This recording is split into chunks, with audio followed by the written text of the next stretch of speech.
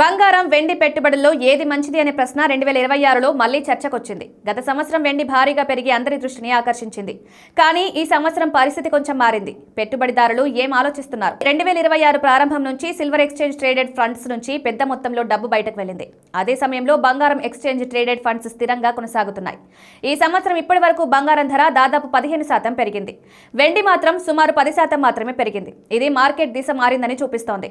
2026లో విలువైన లోహాల మార్కెట్లో స్పష్టమైన మార్పు కనిపిస్తోంది. గత సంవత్సరం వెండి భారీ వోలాటిలిటీతో వేగంగా పెరిగింది. ఇప్పుడు ఆ వేగం తగ్గుతోంది. కొంతమంది పెద్ద పెట్టుబడిదారులు బంగారాన్ని యూస్లెస్ యాసెట్ అని పిలిచినా అనిశ్చితి పెరిగిన ఈ సమయంలో బంగారం మళ్లీ ప్రాధాన్యం పొందుతోంది. 2025లో వెండి దాదాపు 170% పెరిగి రికార్డు స్థాయికి చేరింది. పెట్టుబడిదారుల ఉత్సాహం కూడా ఎక్కువైంది. 26 ప్రారంభ నెలల్లో కూడా వెండి బలంగా కనిపించింది, కానీ ఆ జోరు క్రమంగా తగ్గింది. ఈ సంవత్సరం బంగారం 15% పెరిగితే వెండి 10% మాత్రమే పెరగడం మార్కెట్లో స్పష్టమైన మార్పును సూచిస్తోంది.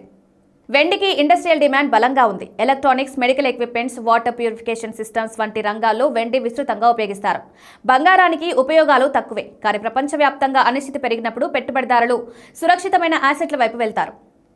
వెండి ధరల్లో వేగంగా మార్పులు రావడం కొంతమందికి ఆందోళన కలిగిస్తోంది. విశ్లేషకుల మాటల్లో వెండి ఇప్పుడు ఎక్కువ వోలటైల్గా మారింది. రోజు ధరల్లో భారీ మార్పులు రావడం పెట్టుబడిదారులను జాగ్రత్తగా ఆలోచించేలా చేస్తోంది. బంగారంతో పోలిస్తే మాత్రం స్థిరంగా ఉంది. అధిక లాభాల కంటే భద్రత కోరుకునే వారికి ఇది ఆకర్షణీయంగా మారింది. ఎంపిక చేసుకునే పెట్టుబడిదారులకు మార్కెట్ పరిశీలకులు ఒక సూచన ఇస్తున్నారు. స్థిరత్వం కావాలంటే బంగారం మంచి ఎంపిక అవుతుంది. ధరల్లో తేడాలు తట్టుకునే ధైర్యం ఉన్న వారికి వెండి సరిపోతుంది. బంగారం ధరలు ఇంకా పెరిగే అవకాశం ఉందని భావిస్తున్నారు. చైనా సెంట్రల్ బ్యాంక్తో పాటు మరికొన్ని దేశాల సెంట్రల్ బ్యాంకులు ఇటీవల నెలల్లో బంగారం కొనుగోళ్లు పెంచాయి. దీర్ఘకాలంలో ఈ కొనుగోళ్లు బంగారం ధరలకు బలమైన ఆధారం ఇస్తాయని నిపుణులు చెబుతున్నారు. పెట్టుబడి ధోరణులు కూడా ఇదే కథ చెప్తున్నాయి. 26 ప్రారంభం నుంచి వెండి ఎక్స్చేంజ్ ట్రేడెడ్ ఫండ్స్ నుంచి భారీగా డబ్బు బయటకు వెళ్లింది.